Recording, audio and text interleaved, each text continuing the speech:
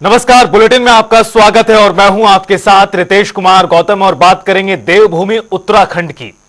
उत्तराखंड के उत्तरकाशी जिले में 22वें राज्य स्तरीय यमुना घाटी खेल एवं सांस्कृतिक विकास मेले का आयोजन किया गया, जहां मुख्यमंत्री पुष्कर सिंह धामी शामिल हुए। मुख्यमंत्री ने स्थानीय लोगों के साथ जमकर नृत्य किया और क्षेत्र के लिए कई घोषणाएं भी की। इसके बाद मुख्यमंत्री ने नागरिकों को संबोधित करते हुए कहा कि मैं विकास, बूढ़ी दीपावली, बग्वाल को सभी की शुभकामनाएं देता हूं। विकास, बूढ़ी दिवाली, बग्वाल के इस अवसर पर मैं सभी को बहुत शुभकामनाएं देता हूं, बहुत बधाई देता हूं कि भगवान श्री राम की सब पर कृपा हो, हमारा राज्य आगे बढ़े। और विशेषकर आज यमुना घाटी क्रीड़ा एवं सांस्कृतिक विकास समारोह जो हमारा ये चल रहा है, यहाँ पर अनेक प्रकार के सांस्कृतिक आयोजन भी हैं, खेलों के आयोजन भी हैं। ये इस प्रकार के समारोह, इस प्रकार के आयोजन हमारे सीमांत क्षेत्रों के बहुत दूरस्थ क्षेत्रों में और छोटे स्थानों से भी अनेक बड़ी प्रतिभाओं को जन्म देते हैं, उनको एक मंच प्रदान करते हैं, उनके खेलों के क्षेत्र में उनका विकास होता है, उनके व्यक्तित्व का विकास होता है। इसलिए इस प्रकार के आयोजनों को हमारी सरकार भी प्राथमिकता के साथ बढ़ावा दे रही है और इन आयोजनों को हर प्रकार से प्रोत्साहन कर रहे हैं। इस वर्ष हमारे राष्ट्रीय खेल भी राज्य के अंदर आयोजित होने वाले हैं, जो हमारे राज्य के खिलाड़ियों के लिए, यहाँ की खेल प्रतिभाओं के लिए एक बड़ा अवसर होगा। मैं सभी को अपनी तरफ से बहुत शुभकामनाएं देता हूँ। मरचवाले में हुए सड़क हादसे में सबक लेते हुए नैनीताल पुलिस एक्शन में है, जिसको लेकर वाहनों की जांच हो रही है और ओवरलोड वाहनों पर कार्रवाई भी की जा रही है। इस क्रम में हल्द्वानी में पुलिस ने ट्रैफिक विंग ने सघन चेकिंग अभियान चलाया। ओवरलोड वाहनों के साथ साथ बिना हेलमेट चलने वाले दोपहिया वाहनों पर भी कार्रवाई की गई। साथ ही साथ लगातार पुलिस एक्शन कर रही है। सर, आज आप चेकिंग पे उतरे हैं, किन किन चीजों को लेकर चेकिंग हो रही है यहाँ पर? ये थोड़ा सा हमारा रोड सेफ्टी के संबंध में जो हमारे एक्सीडेंट वगैरह बहुत ज़्यादा हो रहे हैं, इस रेशियो को कम करने के लिए जो हमारी मेन पॉइंट है उनको लेके चेकिंग की जा रही है। जिस तरह से ओवर सवारी हो गई, ओवरलोडिंग हो गई या रश ड्राइविंग हो गया, विदाउट हेलमेट हो गया, इन चीज़ों में हमारे सबसे ज़्यादा कैजुअल्टीज होती हैं, तो इनको लेके ये चेकिंग अभियान चलाया जा रहा है। सर, ये रूटीन अभियान है या कुछ विशेष इसके निर्देश दिए गए हैं? ये रूटीन अभियान चल रहा है ताकि इस रेशियो को कम किया जाए। हमारे ऑल ओवर इंडिया में एक्सीडेंट बहुत ज़्यादा हो रहे हैं। इस रेशियो को जितना भी प्रयास हमारे स्तर से हो सकता है उसको कम करने के लिए वो हमारी तरफ से किया जाए। देहरादून में देर रात भीषण कार दुर्घटना पेश आई, जिसमें कार सवार 7 में से 6 लोगों की मौके पर ही जान चली गई, जिसके चलते एक युवक अस्पताल में इलाज जारी है। मामले में पुलिस ने संज्ञान लिया है।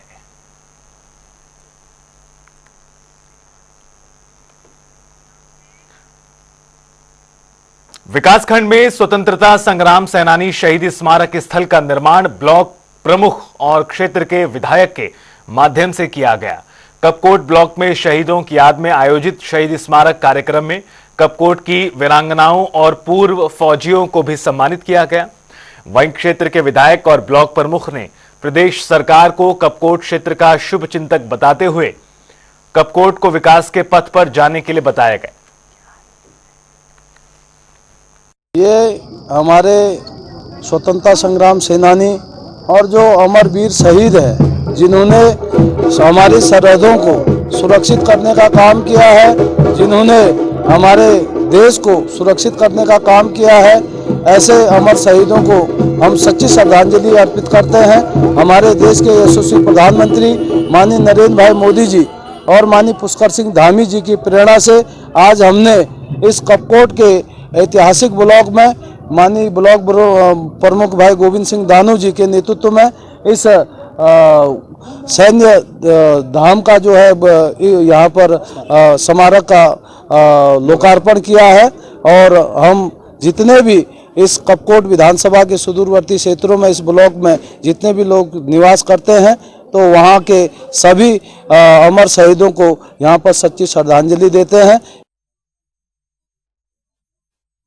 आज विकासखंड कपकोट के अंतर्गत स्वतंत्रता संग्राम सेनानी व शहीद स्मारक का लोकार्पण किया गया, जिसमें माननीय मुख्य अतिथि श्री सुरेश गढ़िया जी थे, जो यहाँ के विधायक भी हैं और वह लोकप्रिय हैं। और आपके द्वारा जो यहाँ पर हमारे द्वारा जो स्वतंत्रता संग्राम सेनानी स्मारक स्थल का लोकार्पण किया गया, काफ़ी समय से इसकी मांग थी, क्योंकि यहाँ पर इस विकासखंड कपकोट के अंदर विधानसभा के अंतर्गत हमारे अमर शहीदों व स्वतंत्रता संग्राम सेनानियों का कई बार स्मारक स्थल नहीं था। तो हमारे द्वारा जो 1972 का स्मारक यहाँ पर पटल था, उसको अपग्रेड किया गया, उसको जीर्णोद्धार करके उसको पूरा स्थापित किया गया, जिससे कि कल विकासखंड कपकोट के हमारे समस्त अमर शहीद जवानों के जो श्रद्धांजलि सुमन अर्पित करते हैं, उसके लिए 15 अगस्त है राष्ट्रीय, जो हमारे 15 अगस्त है 26 जनवरी के दिन यहाँ पर आके हमारे भूतपूर्व सैनिक लोग यहाँ पर श्रद्धा सुमन अर्पित कर सकें।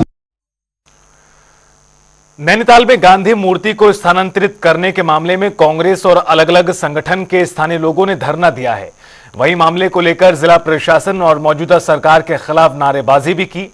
मामले में लोगों का कहना है कि मौजूदा सरकार और प्रशासन अतिक्रमण के नाम पर पुरानी धरोहर जैसे महात्मा गांधी की मूर्ति, जो कि सदियों से तलीताल डांट के पास है, उसे स्थानांतरित कर रही है, जिससे लोगों में नाराजगी है। इसी के चलते पूर्व राज्य दर्जा मंत्री रमेश पांडे ने कहा कि हम किसी भी हालत में मूर्ति को यहां से हटने नहीं देंगे। पहले भी इस आंदोलन के लिए जिला प्रशासन को लिख के दिया था, और हमारा जो इतना बड़ा नैनीताल में कांग्रेस का इतना बड़ा कार्यक्रम हुआ, उसमें भी ये बात उठी थी कि आज ये महात्मा गांधी जी की मूर्ति हटा रहे हैं, कल ये गोविंद बल्लभ पंत जी की मूर्ति हटा देंगे, परसों को ये अम्बेडकर जी की मूर्ति हटा देंगे। आप बताइए कि आप नैनीताल में चौड़ीकरण के नाम पर और सौंदर्यकरण के नाम पर हमारे महापुरुषों के साथ इस तरह का अगर आप व्यवहार करेंगे तो नैनीताल वाले क्यों इसको बर्दाश्त करेंगे? नैनीताल की अगर पहचान है तो महात्मा गांधी जी के नाम से नैनीताल की पहचान है। इसी स्थान पर महात्मा गांधी जी 1942 में आए थे, जब उन्होंने यहाँ पर स्वतंत्रता संग्राम सेनानियों को संबोधित किया था। आज उस पवित्र स्थल को आप जो है बर्बाद करना चाह रहे हैं। आखिर जिला प्रशासन चाहता क्या है? ऑस्ट्रेलिया के सिडनी में राष्ट्रमंडल संसदीय संघ के 67वें सम्मेलन से लौटने के बाद विधानसभा के अध्यक्ष ऋतु खंडूरी भूषण ने पत्रकारों से बातचीत की। इस दौरान बात करते हुए कहा कि मेरे साथ एक अन्य स्पीकर को एग्जीक्यूटिव कमेटी में नॉमिनेट किया गया और इस बैठक में काफी अच्छी सकारात्मक चर्चाएं हुई। साथ ही उन्होंने कहा कि हम एक नॉन चैरिटेबल ऑर्गेनाइजेशन बने ताकि हम अच्छे इंटरनेशनल ऑर्गेनाइजेशन के तहत अपनी जगह बना सकें। आपको बता दें कि विधानसभा अध्यक्ष ऋतु खंडूरी ने भारतीय प्रतिनिधिमंडल के सदस्य के रूप में भाग लिया, जहां उन्होंने विभिन्न देशों के सांसदों के साथ संसदीय लोकतंत्र और शासन के महत्वपूर्ण मुद्दों पर विचार विमर्श किया।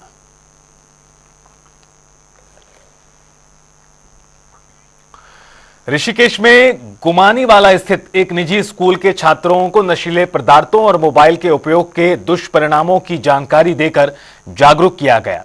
जानकारी मिलने पर छात्रों ने नशे से दूर रहने और मोबाइल का उपयोग कम से कम करने का वादा किया है। इस दौरान 350 अभिभावकों ने भी हिस्सा लिया।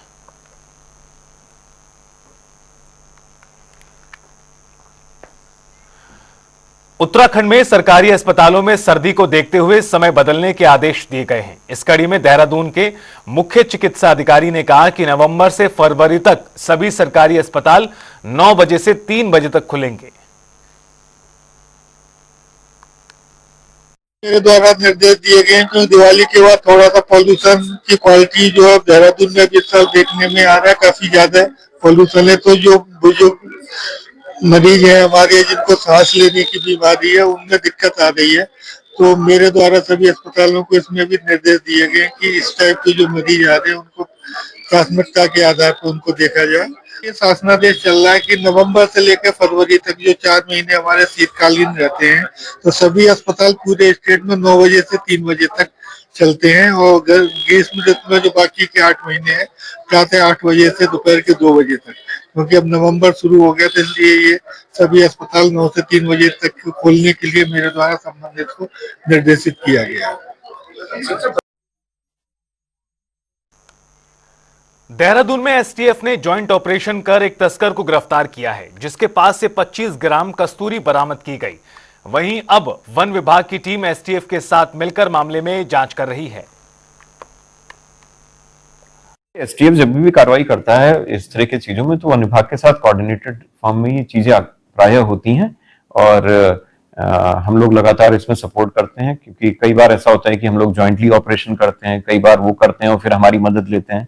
तो ये सभी इन्फोर्समेंट एजेंसीज का दायित्व बनता है कि इस तरह की कोई भी घटना हो तो उसमें सब लोग कोशिश करके इन चीजों को कंट्रोल करें, एलिमिनेट करें। तो उसी के क्रम में और इस तरह की घटनाएं हैं तो ये एक मुद्दा है जिसमें हमें थोड़ा डीप इंक्वायरी करने की जरूरत है, कि क्योंकि कई बार ये होता है कि जो मिडिल मैन है वो पकड़ में आते हैं, तो उससे ये पता चले कि कौन लोग और जुड़े हुए हैं, किन के तार जुड़े हुए हैं, ताकि हम थोड़ा इन चीजों को गहराई से जाके और जड़ से खत्म करने की हम लोग कार्रवाई कर सकें।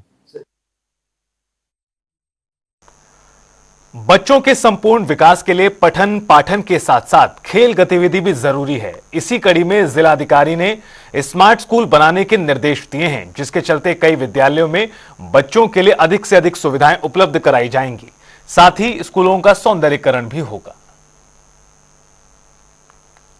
ये आप अवगत ही हैं कि जो प्रोजेक्ट उत्कर्ष शुरू किया गया है शिक्षा विभाग अंतर्गत, जिसमें हम ये ऑब्जेक्टिव लेके चल रहे हैं कि हमारे जो सरकारी स्कूल हैं, जो बच्चे हैं, वो किसी भी तकनीक से या उपकरण से या हमारे जो बेसिक इंफ्रास्ट्रक्चर है उससे विहीन ना रहे। सो इसमें ऑलरेडी प्रिंसिपल्स, सभी प्रिंसिपल्स के लेवल पे सीईओ की मीटिंग हो चुकी है और वी आर ऑलरेडी मिडवे। हमारे 7 ऑब्जेक्टिव्स थे, 7 में से 4 ऑलरेडी संपन्न किए जा चुके हैं सभी स्कूल्स में। जैसे व्हाइट बोर्ड्स, सभी स्कूल्स में इस वक्त व्हाइट बोर्ड्स या तो रिप्लेस हो चुके हैं या किए जा रहे हैं। उचित प्रकाश व्यवस्था प्रत्येक क्लासरूम में, जो एटलीस्ट 1 आउटडोर स्पोर्ट्स एक्टिविटी जो बन रही थी उसका कार्य ऑलरेडी सभी स्कूल्स में चल रहा है। उचित टॉयलेट्स और जो हमारे पानी के टैंक्स रहते हैं उनको मंकी नेट कवर प्रदान करना कि जिससे वो डैमेज ना हो और हमारी पानी की आपूर्ति निर्बाध सुनिश्चित हो सके। इसके साथ ही हमारा लाइब्रेरी कॉर्नर, जिसमें इंग्लिश हिंदी की महापुरुषों की जीवनियां हो, डिक्शनरीज हो, एटलसेस हो, जिससे बच्चों मॉडर्न डेवलपमेंट्स के साथ साथ जब वो कम्पिटिटिव वर्ल्ड में आए तो अपने आप को अब्रेस्ट रख सकें।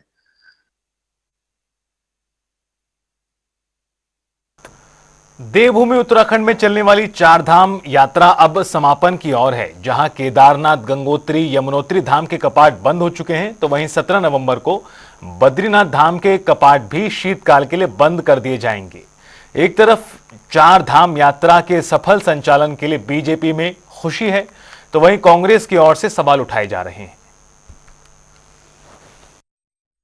देखिए, यात्रियों की संख्या ये जो दिख रही, ये भी सही आंकड़े नहीं है। इन्होंने रजिस्ट्रेशन के आधार पर ये किया और रजिस्ट्रेशन में किए हुए लोग भी, बहुत से लोग नहीं आ पाए। स्थितियां और हालात ऐसे नहीं थे। तो खाली यात्रियों की संख्या कम नहीं है, व्यापार घटा। इन 6 सालों में बीजेपी के शासन में जो हमारा 4 धाम यात्रा में व्यापार था, होटल वालों का, जो हमारे होम स्टे वालों का, गाड़ी वालों का, खुमचे वालों का, छोटे छोटे रेस्टोरेंट्स वालों का, उनका सबका व्यापार घटा है। और जो 4 महीने की मेहनत से अपने 12 महीने का जीवन यापन हमारे 4 धाम के गढ़वाल के लोग करते थे, उनके जीवन में बड़ा संकट आया, उनका व्यापार घटा है। और साथ में देखिए, आप जानते हैं कि गत वर्ष जो 4 धाम यात्रा के कपाट थे वो अप्रैल माह के अंतिम सप्ताह में श्रद्धालुओं के लिए खोल दिए गए थे, और इस वर्ष मई माह के द्वितीय सप्ताह में 10 मई और 12 मई के आसपास में कपाट खुले हैं।